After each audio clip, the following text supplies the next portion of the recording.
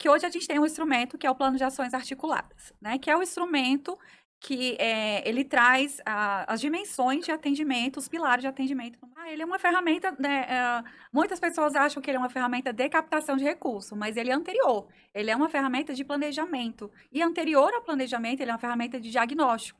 Se a gente puxar aí um pouco do histórico, né, do atendimento às ações educacionais, a gente tem o PAR foi uma quebra, assim, um marco, né? Tem antes do PAR e depois do PAR. Então, antes do par, por exemplo, igual o Alexandre falou assim, eu quero um foguete. Vamos trazer a história do foguete, do Leomir, né? Foguete da Leomirlândia, né? Então, eu quero comprar o foguete.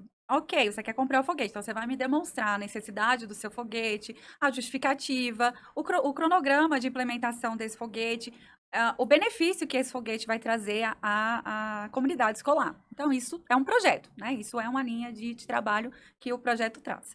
Com o plano de ações articuladas, o plano de ações articuladas é uma política estruturante. Então, o que ele faz? Ele faz primeiro um diagnóstico. Por exemplo, Sol, você está me pedindo uma escola do ensino fundamental, só que a sua demanda maior do seu município é para creche. São crianças de 0 a 3 anos, para as mães que precisam retomar suas atividades econômicas.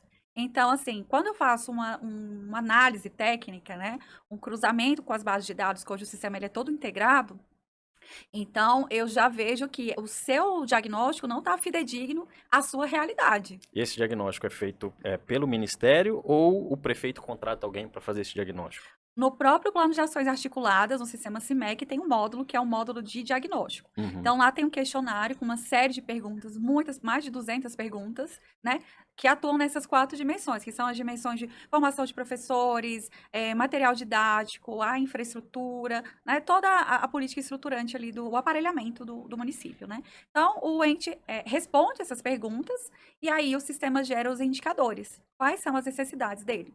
Com base nessas necessidades, aí tem a parte seguinte, a etapa seguinte, que é a parte de planejamento, que é onde, de fato, há a captação dos recursos, né. Então ele fala: eu preciso disso, disso", né. O No sistema próprio hoje sistema. no próprio sistema. Então o sistema hoje ele tem algumas travas por conta dessas integrações, que são travas essas, por exemplo, ele tem um número X de alunos, aí ele pede uma quantidade de ônibus que ultrapassa a quantidade de alunos. Então o próprio sistema já cria essas travas, com base em informações do censo. Diagnóstico, aí vem o planejamento, e aí eu preciso, então, disso criar um projeto.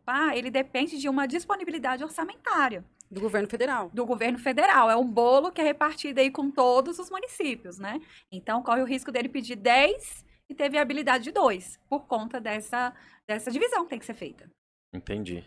Exato. E assim, quando a gente está cadastrando o par, tem vários vencimentos ali. Por exemplo, eu tenho tal data para preencher o diagnóstico, tal data para preencher a solicitação. Todo um caminho, né? Todo um procedimento, os trâmites processuais que a gente não tem como fugir desse caminho, né? A gente precisa apresentar, e o que eu vejo muito nos municípios, que eles não têm uma cultura de trabalhar com projetos, né? Com essa linha de raciocínio de como funciona um projeto, né? Que eu tenho cronogramas muito bem estipulados, né? Eu tenho que ter uma boa justificativa, eu tenho que apresentar uma necessidade, né? Eu tenho que, sobretudo, monitorar. Eu acho que é isso, né?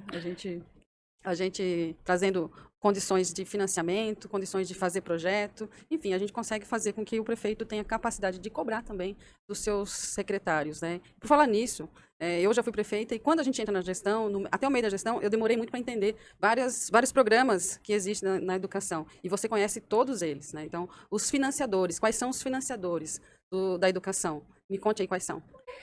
Bom, é uma pasta gigantesca, né? Uhum. Quando a gente fala sobre a pasta da educação, é realmente um desafio lá na ponta, né? Porque são muitas linhas de financiamento, né? Muitos braços, né? Que a educação precisa atingir.